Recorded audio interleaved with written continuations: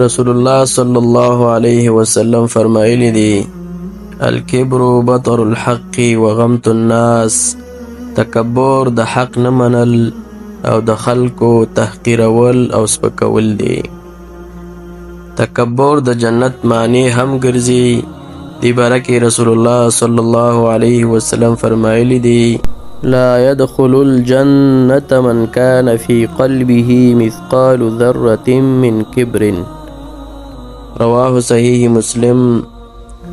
جنت تبا داخل نشي هغه څوک چې د هغه په زړه کې د ذرې برابر تکبر هم موجود وي.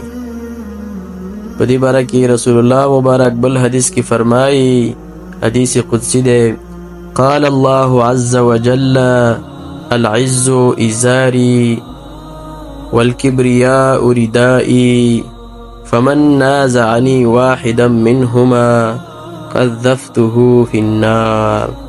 رواه صحیح مسلم.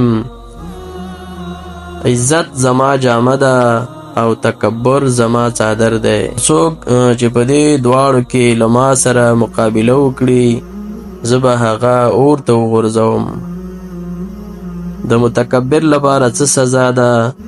دې باره کې رسول الله صلی الله علیه وسلم فرمایلی دي یحشر المتکبرون یوم القیامة امثال ذر فی صور الرجال یغشاهم الذل من كل مکان. رواه سنن الترمذی.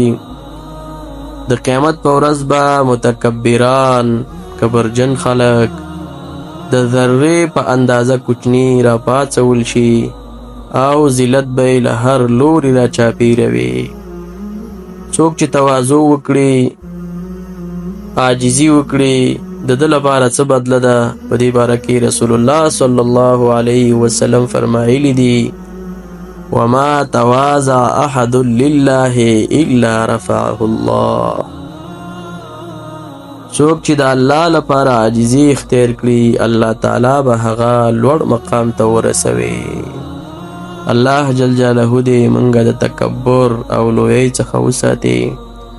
الله جل جلاله دې په موږ کې عاجزي پیدا کړي. آمین. وآخر دعوانا الحمد لله رب العالمين.